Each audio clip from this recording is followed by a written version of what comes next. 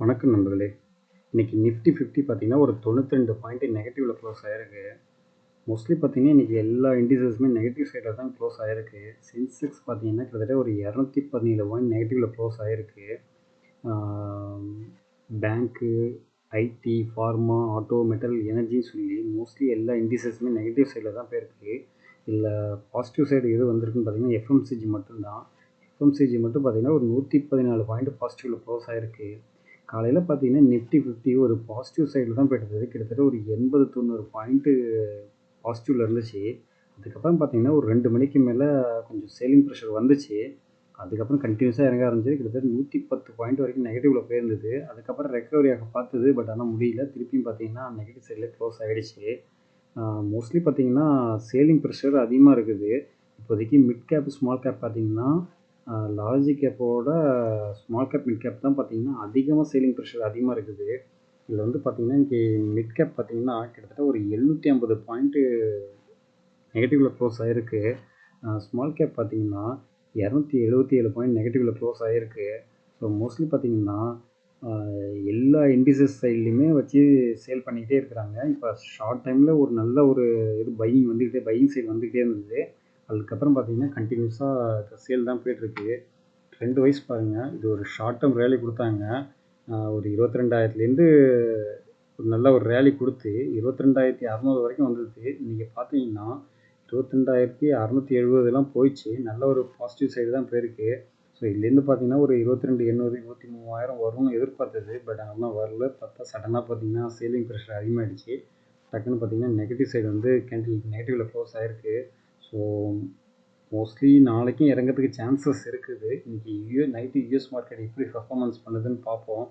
அதுக்கு ஏற்ற மாதிரி மற்ற இது நடக்கும். நம்ம லாஸ்ட் வீடியோவில் பேசியிருக்கும்போது பார்த்தீங்கன்னா வெள்ளிக்கிழமை அன்றைக்கி யூஎஸ் மார்க்கெட் ஒரு பாசிட்டிவ் சைடு க்ளோஸ் ஆகிருக்கு.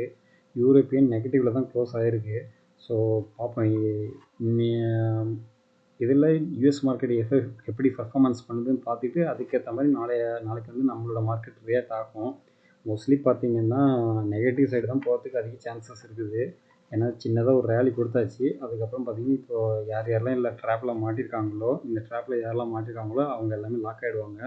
இதுக்கப்புறம் பார்த்தீங்கன்னா சேலிங் தான் அதிகமாக வந்துட்டுருக்கும். நம்ம திருப்பி வந்து ஆவரேஜ் பண்ணுற மாதிரி தான் போயிட்டுருக்கோம். எஃப்ஐ டேட்டா பார்த்தீங்கன்னா இன்னும் ஒன்றும் அப்டேட் ஆகலை. இது வெள்ளிக்கிழமை உள்ள டேட்டா தான் இருக்குது.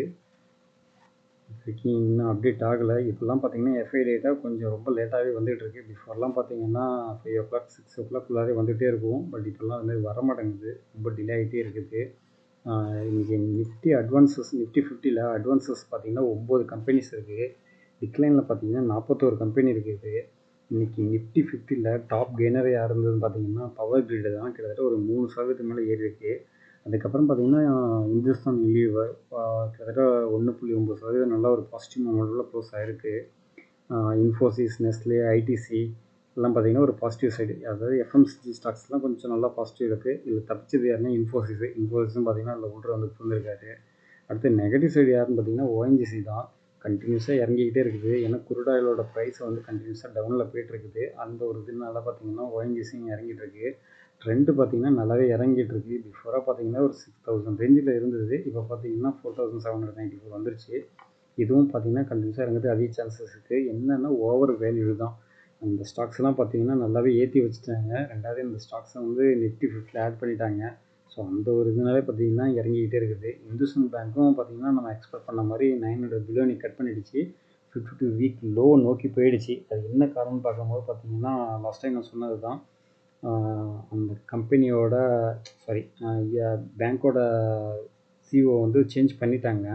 அது வந்து பார்த்திங்கன்னா சேஞ்ச் பண்ணல. பழைய ஆளையே வந்து அப்பாயின்மெண்ட் பண்ணிட்டாங்க. ஆர்பிஐ வந்து அதுக்கு அப்ரூவல் கொடுத்துச்சு. அது ஒன்று. ரெண்டாவது பார்த்திங்கன்னா அனலிஸ்ட் எல்லாமே என்ன பண்ணியிருக்காங்கன்னா இப்போ நெகட்டிவ் சைடு தான் கொடுத்துருக்காங்க. இது இன்னும் ஃபர்தராக 20% மேலே கரெக்ஷன் ஆகும் அப்படிங்கிற மாதிரி சொல்கிறாங்க. ஸோ நம்ம எக்ஸ்பெக்ட் பண்ண அளவுக்கு இது வந்துருச்சு. 900 பிலோ போக ஆரம்பிச்சு இன்னும் ஃபர்தராக இறங்குறது அதிக சான்சஸ் இருக்குது. ஸோ மோஸ்ட்லி 800, 750 வந்துச்சுன்னா நல்ல ஒரு பையிங் ரேஞ்சு. இதை நல்லா பை பண்ண வச்சுக்கலாம். இப்போதைக்கு இதில் இன்னொரு இம்பேக்ட் என்னென்னா எஃப்ஐ வந்து இதில் சேல் பண்ணிட்டு வெளில போயிருக்காங்க. கிட்டத்தட்ட ஒரு 10% வரைக்கும் குறைஞ்சிருக்கு எஃப்ஐ டேட்டாவை பார்க்கும்போது. ஸோ அதை நீங்கள் செக் பண்ணி பார்த்துக்குங்க. பஜாஜ் ஆட்டோவும் பார்த்தீங்கன்னா இறங்கிக்கிட்டே இருக்குது. இதை ஸ்டில் ஹைலி ஓவர் வேல்யூடாக இருக்குது. பிஃபோராக பார்த்தீங்கன்னா 12,000 இருந்தது. இப்போ 7,000 தான் வந்திருக்கு. இன்னும் கொஞ்சம் ஃபர்தராக இறங்கட்டும். இறங்குனதுக்கப்புறம் நம்ம பை பண்ண ஆரம்பிக்கலாம். ஈச்சர் மோட்டாரும் பார்த்தீங்கன்னா ஓவர் வேல்யூவில் தான் இருக்குது. பிஃபோராக பார்த்தீங்கன்னா ஒரு 3000 ரேஞ்சில் இருந்தது. இப்போ பார்த்தீங்கன்னா 4900 நியர்பை 5000 வந்துருச்சு. இப்பயும் ஓவர் வேல்யூ தான் இருக்குது. இன்னும் கொஞ்சம் இறங்கட்டும். அதுக்கப்புறம் பை பண்ண ஆரம்பிக்கலாம். அடுத்ததாக சில அப்டேட்டு. இந்த அல்கார்கோ கார்டின்னு இருக்குது. அதாவது லாஜிஸ்டிக்ஸ் செக்டரில் இருக்கிற கம்பெனி. அவங்க வந்து என்னங்கன்னா அவங்களோட போர்டு வந்து 2 ஃபியூல் ஸ்டேஷனை வந்து சேல் பண்ணுறதுக்கு அவங்களோட எல்லாம் அப்ரூவல் பண்ணிட்டாங்க. லொக்கேஷன் பார்த்தீங்கன்னா இந்தூர் அண்டு பெங்களூரு. இந்த 2 இதுலேயும் உள்ள ஃபியூல் ஸ்டேஷன் வந்து சேல் பண்ண போகிறாங்க. ப்ரைஸ் வந்து பார்த்தீங்கன்னா 7.5 crores வந்து சேல் பண்ணுறதா டீல் ஒன்று போட்டிருக்காங்க. அடுத்து ஜிஎம்ஆர் ஏர்போர்ட்லேருந்து ஒரு அப்டேட்டு.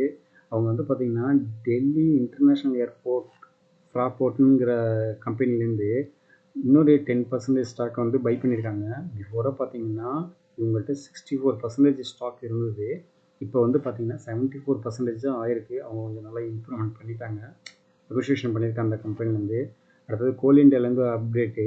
கோல் இண்டியா பார்த்தீங்கன்னா ஐஐடி ஹைதராபாத்லேருந்து ஒரு எம்ஓஇ சைன் ஒன்று பண்ணியிருக்காங்க. இது எதுக்காகன்னு பார்த்தீங்கன்னா ஆர்என்டி க்ளீன் கோல் டெக்னாலஜி அதை யூஸ் பண்ணிக்கிட்டு பண்ண போகிறாங்க.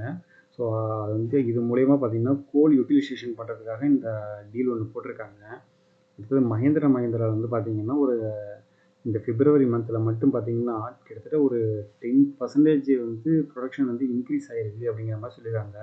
இந்த 10%ங்கிறது இயர் ஆன் இயரில். இதே இது போன வருஷம் பிப்ரவரியில் பார்த்தீங்கன்னா 80,641 யூனிட் தான் ப்ரொடக்ஷன் பண்ணியிருந்தாங்க. ஓவராலாக எல்லா எதுவுமே சொல்கிறேன், எல்லா கார்ஸு டிராக்டர்ஸ் எல்லாத்தையுமே சேர்த்து. இப்போ வந்து பார்த்தீங்கன்னா 81,302 யூனிட்டாக ப்ரொடக்ஷன் பண்ணியிருக்காங்க.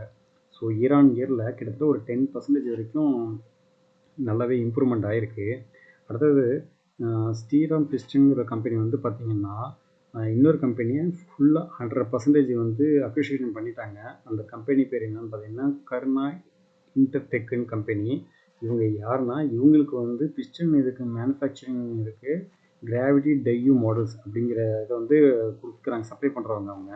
இப்போ என்ன பண்ணிட்டாங்கன்னா அந்த கம்பெனியே சப்ளை பண்ணுற கம்பெனியை ஃபுல்லாக அக்விசிஷன் பண்ணிட்டாங்க இவங்க. இப்போ வந்து பார்த்திங்கன்னா இவங்களோட இதில் வந்து ஃபுல்லாக அந்த கம்பெனி வந்துருச்சு. அடுத்து ஜேஎஸ்டபிள்யூலேருந்து ஒரு அப்டேட்டு. ஜேஎஸ்டபிள்யூ ஸ்டீல் வந்து பார்த்திங்கன்னா க்ரூட் ஸ்டீல் ப்ரொடக்ஷன் வந்து இன்க்ரீஸ் ஆகிருக்குதா சொல்லியிருக்காங்க. கிட்டத்தட்ட ஒரு 12% இயர் ஆன் இயரில் 12% வரைக்கும் இன்க்ரீஸ் ஆகிருக்குதா சொல்லியிருக்காங்க. இப்போ வந்து பார்த்திங்கன்னா இந்த பிப்ரவரியில் கிட்டத்தட்ட ஒரு 24 லட்சம் டன் வந்து ப்ரொடக்ஷன் பண்ணியிருக்கிறதா அப்டேட் ஒன்று கொடுத்துருக்காங்க. ஸோ இதுதான் இப்போதைக்கு ஒரு அப்டேட்டு. அடுத்த ஒரு அப்டேட் என்னென்னு பார்த்தீங்கன்னா டாடா பவர்லேருந்து ஒரு அப்டேட்டு. டாடா பவர் வந்து பார்த்திங்கன்னா ஆந்திராவில் ரினியூவல் எனர்ஜியில் மட்டும் கிட்டத்தட்ட ஒரு 7000 மெகாவாட் வந்து ப்ரொடக்ஷன் பண்ண போகிறதா ப்ராஜெக்ட்டு கிடச்சிருக்கிறதா சொல்லியிருக்காங்க. அவங்களோட இன்வெஸ்ட்மெண்ட் பார்த்தீங்கன்னா கிட்டத்தட்ட ஒரு 49,000 கோடி அப்படிங்கிற மாதிரி அப்டேட் ஒன்று கொடுத்துருக்காங்க. ஸோ இது வந்து டாடா பவருக்கு ஒரு மிகப்பெரிய அப்டேட்டாக இருக்குது. ஸோ மார்க்கெட் வந்து நல்லா பார்த்தீங்கன்னா டவுனில் தான் போய்ட்டுருக்கு. இந்த டைமில் அவசரப்பட்டு எந்த ஒரு ஸ்டாக்ஸும் பை பண்ண வேணாம். கொஞ்சம் வெயிட் பண்ணுங்கள். நல்ல ஒரு பையிங் ரேஞ்சு வரும்போது அப்போதைக்கு ஸ்டாக்ஸை செலக்ட் பண்ணி கொஞ்சம் கொஞ்சமாக பை பண்ணிகிட்டே இருங்க. Even small cap, big cap, large cap எந்த ஸ்டாக்காக இருந்தாலும் சரி ஃபர்தராக அனலைஸ் பண்ணிங்க. அதுக்கப்புறமா பிக் பண்ண ஆரம்பிங்க. ரொம்ப சீப்பாக இருக்குன்னு சொல்லிட்டு அவசரப்பட்டு டக்குன்னு பை பண்ணிட வேணாம். ஏன்னா மார்க்கெட் இன்னும் இறங்கிறதுக்கு அதிக சான்சஸ் இருக்குது. சப்போஸ் இறங்குது அப்படின்னா அதை ஹேண்டில் பண்ணுற அளவுக்கு உங்கள்கிட்ட மனதைரியம் இருக்கணும். ஸோ அந்தளவுக்கு ஃபண்டும் உங்கள்கிட்ட இருக்கணும். எல்லா அமௌண்ட்டும் பார்த்திங்கன்னா ஒரே டைமில் இன்வெஸ்ட் பண்ணிடாதீங்க. கொஞ்சம் வெயிட் பண்ணுங்கள். கொஞ்சம் கொஞ்சமாக வாங்கிக்கிங்க. ஒரு 10 குவான்டிட்டி, 20 குவான்டிட்டி, 50 குவான்டிட்டி அப்படின்னு சொல்லி கொஞ்சம் கொஞ்சமாக வாங்கிக்கிட்டே இருங்க. அப்போ தான் உங்களால் அடுத்தது இறங்கினா கூட ஆவரேஜ் பண்ண முடியும். ஸோ இன்றைக்கி கொடுத்த இன்ஃபர்மேஷன் எல்லாமே யூஸ்ஃபுல்லாக இருக்குன்னு நினைக்கிறேன். அடுத்த இன்ஃபர்மேஷனோட அடுத்த வீடியோ சந்திப்போம். நன்றி நண்பர்களே.